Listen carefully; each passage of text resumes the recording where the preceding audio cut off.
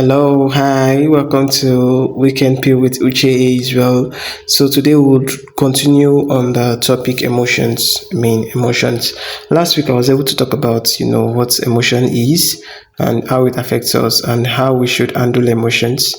This week I'll still talk more about emotions. I don't know which parts I would really focus on, but here we are going to do a lot of things that still boils down to emotions, how to handle emotions, how to grow emotions. That's how to build emotions and how to sustain it. There are emotions that you should sustain. There are emotions that you should sustain. One of the things that I've realized in life is this: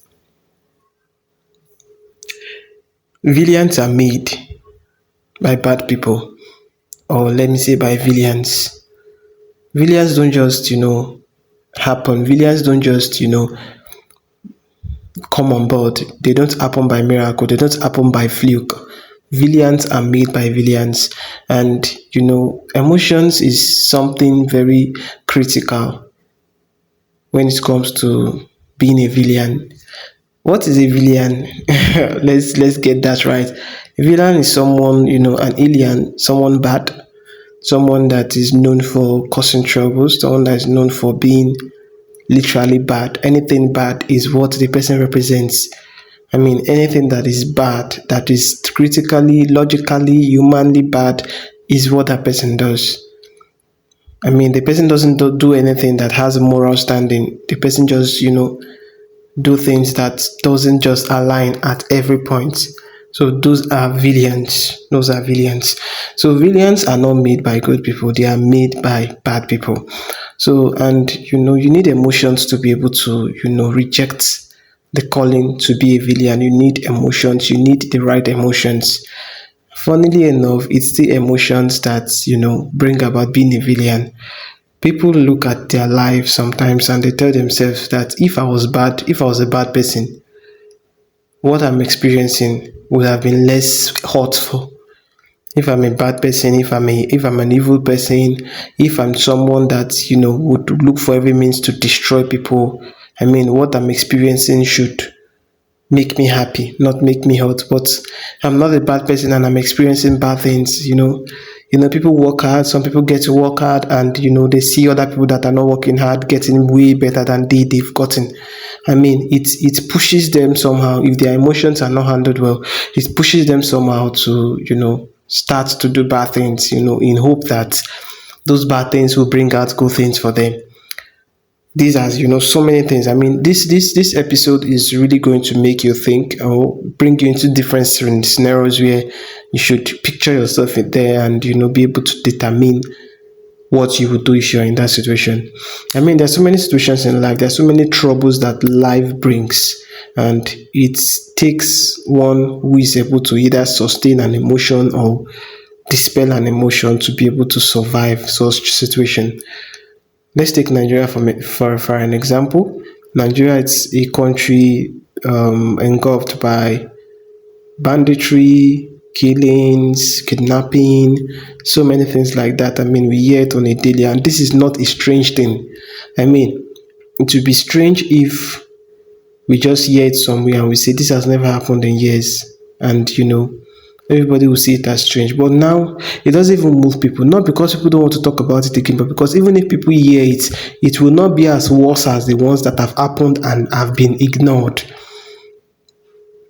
So imagine that those people that are already feeling nonchalant to news about things like this, they find it easy to turn villains. They find it easy if their emotion takes real if their emotion takes over them. If they are not able to control their emotions, they will feel like anyone that kidnaps my relative or someone in my tribe, I will definitely go and kidnap somebody in their tribe.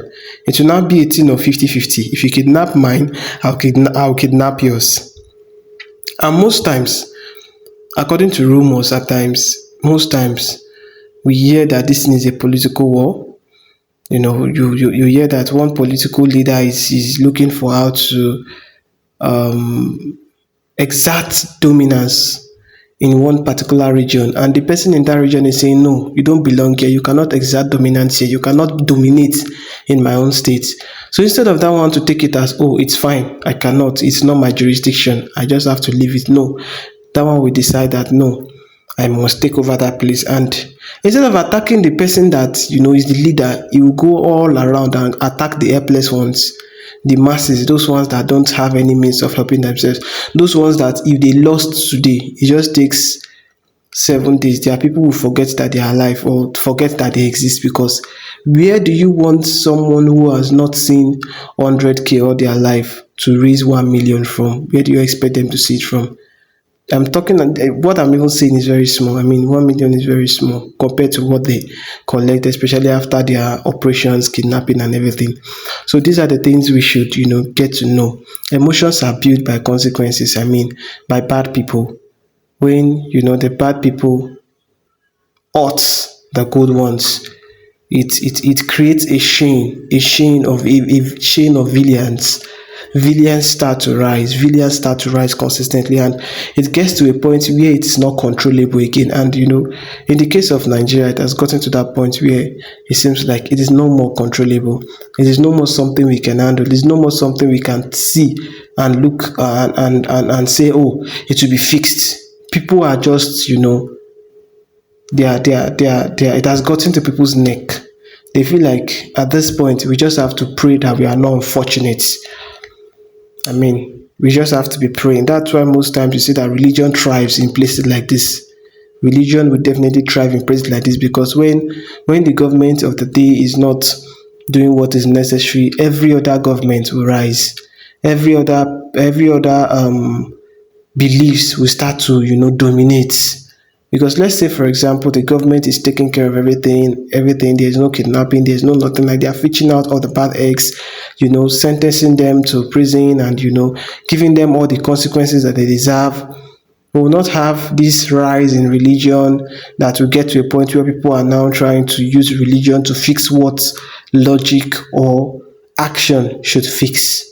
So these are one of the things that I say regarding emotions, and all these things are still governed by emotions. People have gotten so emotional that they feel helpless. They feel helpless. They start to say, oh, prayer is the only way, prayer is the only prayer. Meanwhile, we know that there are limits to what prayers can solve. There are limits to what it can solve, unless they just want to bobo you, they want to entice you, they want to patronize you. That's only when they will tell you that, oh, prayer would solve everything, anything, there's nothing prayer cannot solve. That is only when they will tell you that. I'm not talking about prayer, I'm still talking about emotions. It's emotions that lead to the point of people even saying prayer will solve everything, because how on earth would prayer solve everything? Prayer is just a one-way communication, like a two-way communication. You're communicating, someone is receiving, and at the end of the day, all the prayers you're going to pray, it's not going to answer in a different way. It is still going to answer in a way. Let's say, for example, you pray for a phone.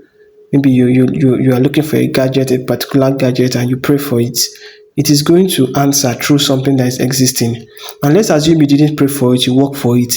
It is still going to answer through something that is existing. So prayer is not what is bringing it. Your work is what is bringing it, rather, not your prayers. Because at the end of the day, that prayer was what you used in replacing your work. And that prayer would not always replace your work.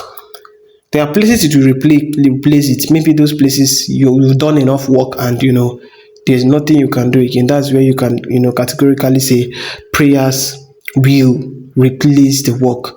But when you've not really done the work, you're just there doing your own, expecting a miracle to happen, it will just happen like that, and you feel like it should always happen. So these are the things that we should pay attention to, we should give focus to, and we should give concern, we should show concern towards. These are the things we should show concern towards. I mean, these are the things we should look at and say, oh yes, we need to do something about this. We need to do something about it. Your emotions can be good and it can be bad. And whatever you do, don't allow people influence you. Don't allow people influence, or let's say, contaminate your emotions. Your emotions should be cherished. Your emotion is just like your mindset. And your mindset, everyone is a slave to their mindset.